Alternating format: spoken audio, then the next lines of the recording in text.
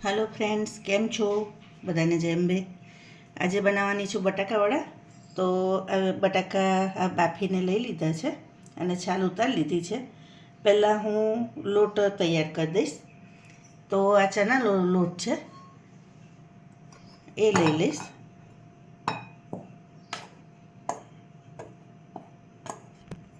अने आ चोखानो लोट छे ए पण आपणे अंदर एड करीशुं। 2 मोटा चमचा एड कर देवानो। हवे पहला तो आने आपणे मिक्स करी लईशुं बराबर। एमां थोड़ुंक मीठुं पण आपणे एड कर दईशुं। आ मीठुं छे ए एड थोड़ुं कर देवानुं। हवे आपणे थोड़ुंक पाणी एड करता जईशुं अने लोट बांधता जवानुं।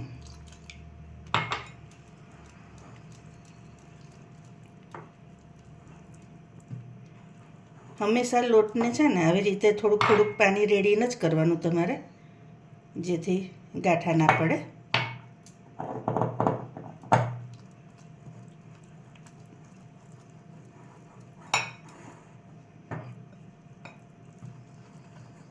અને લોટ હંમેશા ચારીને લેવાનો, એ ખાસ ધ્યાન રાખવાનું। તો જુઓ ફ્રેન્ડ્સ, આવી રીતે તૈયાર થઈ જવું જોઈએ ઘોલ આપણું। હવે આપણે થોડુંક જાડું જ અત્યારે રાખવાનું આવું। હવે એને હું 5-10 મિનિટ રેસ્ટ આપીશ, ત્યાં સુધી બટાકાવડાનો મસાલો કરી લઈએ। હવે આવી ફ્રાય પેન લઈ લીધી છે, એમાં 1 ચમચી જીરું એડ કરીશું, 1 ચમચી વલિયારી એડ કરીશું, 2 ચમચી ધાણા જીરું છે, સોરી ધાણા જીરું નહીં, ધાણી કહેવાય, એ એડ કરીશું। ખડા મસાલા છે, આ 2 તજના ટુકડા છે, આ દગડફૂલ નહીં, બાદિયા કહીએ ને તે છે, અને આ મરી છે, 3-4 ટુકડા મરીના, એ એડ કરી દેવાના। હવે એને થોડુંક આપણે રોસ્ટ થવા દઈશું।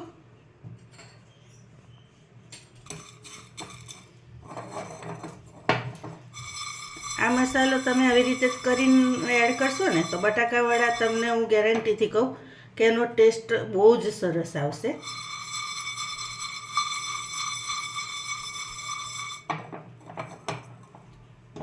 આ શેકાય ને એની ફ્લેવર આવવાની ચાલુ, સુગંધ આવવાની ચાલુ થાય ને, મસાલા શેકાય એની, એટલે આપણે બંધ કરી દઈશું, ત્યાં સુધી એને શેકવાનું। હવે એમાં સુગંધ આવવાની ચાલુ થઈ ગઈ છે, હવે હું એને બંધ કરી દઈશ, નહીં તો પછી એ બળી જશે।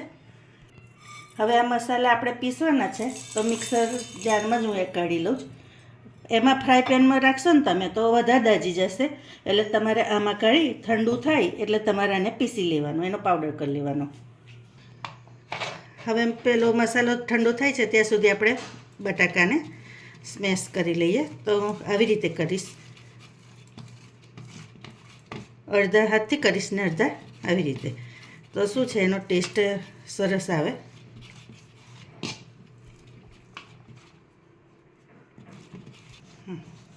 તો જો ફ્રેન્ડ્સ, આવી રીતે કરી લીધા છે બટાકા સ્મેશ બરાબર। હવે આમાં નાખવાનો એક વઘાર હું કરું છું, એ તમને બતાવું। તો ફ્રાય પેન મૂકી દીધી છે, હવે એમાં થોડુંક તેલ એડ કરી દેવાનું। તો હવે તેલ થઈ ગયું છે, રાઈ એડ કરી દેવાની, 1 ચમચી જેવી ફૂલ। આ ડુંગળી છે એ લઈ એડ કરી દઈશું।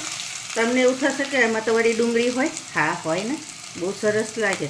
તમે એકવાર મારી રીતથી ચોક્કસથી ટ્રાય કરજો, તમે ખાતા રહેશો બટાકાવડા। અને કદાચ ગેસ્ટ આવીને બનાવશો ને તો પણ તમને પૂછશે કે તમે કેવી રીતે બનાવ્યા, બહુ સરસ રેસીપી છે એવું કહેશે। તો એકવાર આ રીતે ચોક્કસથી ટ્રાય કરજો। ડુંગળી આટલી થાય ને એટલે હું લીલા મરચાં એડ કરી દઈશ, આટલા રાખ્યા છે તો બટાકાના માવામાં એડ કરીશ, તે મને વધઘટ તમે કરજો।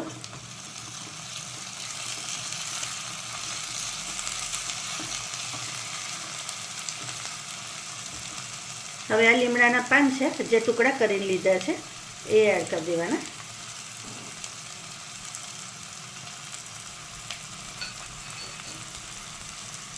આ ધાણા છે એ પણ આ વઘારમાં જ એડ કરીશ। તમે વઘારમાં કોઈ વાર ટ્રાય ના કર્યો હોય ને એડ કરી ના જોયો હોય ને તો તમે કરી જોજો. ધાણાની ફ્લેવર પણ મસાલામાં બહુ સરસ આવે છે. આવી રીતે તમે વઘાર કરશો ને પછી એમાં એડ કરશો ને તો. હવે આ મીઠું છે, થોડુંક મીઠું એડ કરી દઈશ. પછી આપણે મસાલામાં થોડુંક એડ કરીશું.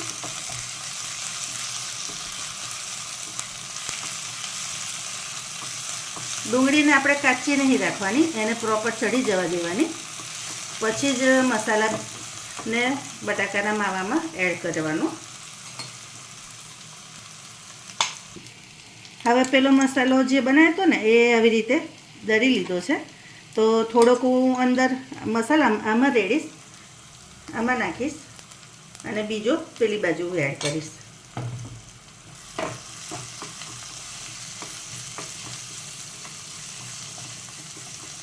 હવે થોડીક હળદર પણ જોડે એડ કરી દઈશ. તમને હળદર ગમતી હોય ને બટાકાવાળામાં તો એડ કરજો, ને તો સ્કીપ પણ કરી શકો.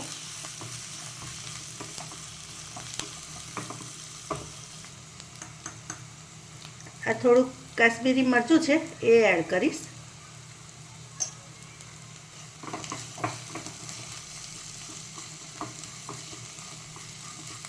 હવે આપણો મસાલો રેડી છે. એને થોડોક ઠંડો થાય પછી માવામાં એડ કરી દઈશ.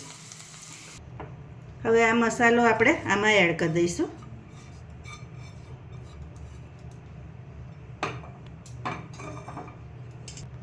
થોડોક આપેલો વધ્યો હતો ને એ મસાલો એડ કરી દેવાનો. આ લીલું મરચું હતું એ બધું એડ કરી દઈશું. આ ધાણા છે એ પણ એડ કરી દઈશ. મીઠું ટેસ્ટ પ્રમાણે, બટાકામાં થોડુંક જ એડ કર્યું હતું એટલે થોડુંક એડ કરીશ. આમચૂર પાવડર છે એ થોડુંક એડ કરી દઈશ. હવે આ બધું મિક્સ કરી દઈશ.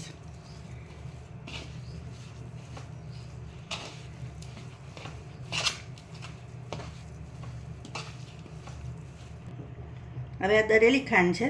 આમાં એક ટિપ્સ એવી આપીશ કે દરેલી ખાંડ હંમેશા છે ને માવો તૈયાર થઈ જાય ને એની આગળ જ તમારે એડ કરવાનો, નહીં તો પછી એને થોડોક માવો છે ને ઢીલો થઈ જાય. એટલે બને ને ત્યાં સુધી આવી રીતે લાસ્ટમાં કરવાનું. અને બટાકાને બહુ મસળવાના નહીં, આવી હલકા હલકા હાથે તમે આમ કરો ને એવી રીતે જ કરવાનું, નહીં તો પછી બટાકાનો માવો ચીકણો થઈ જશે વધારે. હવે મને મીઠું ઓછું લાગે છે એટલે હું થોડુંક એડ કરીશ. તમે તમારા ટેસ્ટ પ્રમાણે વધઘટ કરજો. હવે ફ્રેન્ડ્સ આપણો માવો તૈયાર થઈ ગયો છે. હવે એના ગોળા કરી લઈશું. તો જુઓ,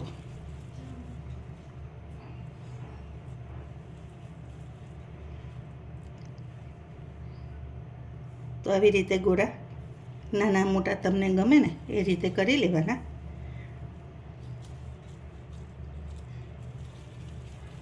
તમે એકવાર છે ને આ ડુંગળી એડ કરીને જેવી રીતે મેં બનાવી ને એવી રીતે એકવાર ચોક્કસથી ટ્રાય કરજો. બહુ સરસ લાગે છે. તમારા છોકરાઓ છે ને તો પછી આ જ સ્ટાઈલથી ખાતા થઈ જશે.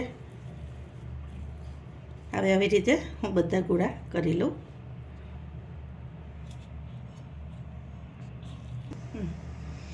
હવે આમાં આપણે થોડુંક સોડા એડ કરી દઈશું. આમ તો તમે સોડા ના એડ કરો ને તો પણ સરસ થશે, પણ હું કરીશ થોડુંક.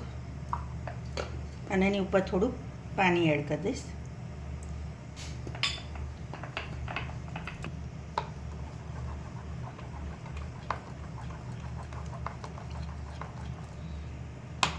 તો જો આપણું ખીરું રેડી છે.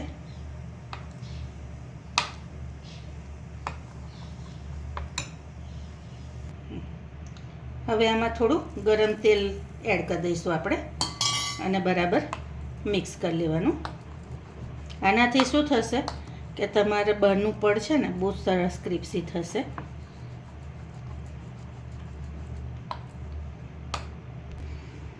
તો આવી રીતે બોલ એડ કરી દઈશ અંદર. 2-3 કરી લેવાના અને હું ચમચીની મદદથી જ કરીશ. આવી રીતે કરી લેવાનું અને તેલમાં મૂકી દેવાનું.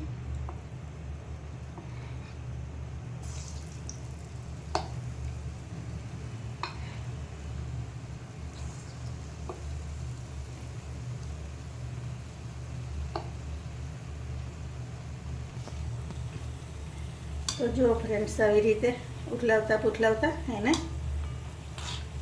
તળી લેવાના.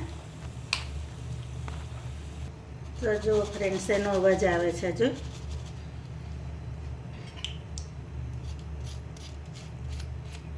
હે ને, તો આ સરસ ક્રન્ચી થાય છે આવી રીતે. અને જો તેલ પણ ઉપર નહીં દેખાતું.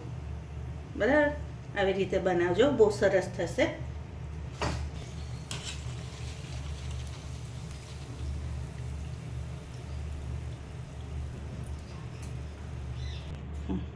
તો જો ફ્રેન્ડ્સ આપણા બટાકા વડા રેડી છે. ચાલો ગરમા ગરમ ખાવા. જોડે મરચાં મસ્ત તર્યા છે.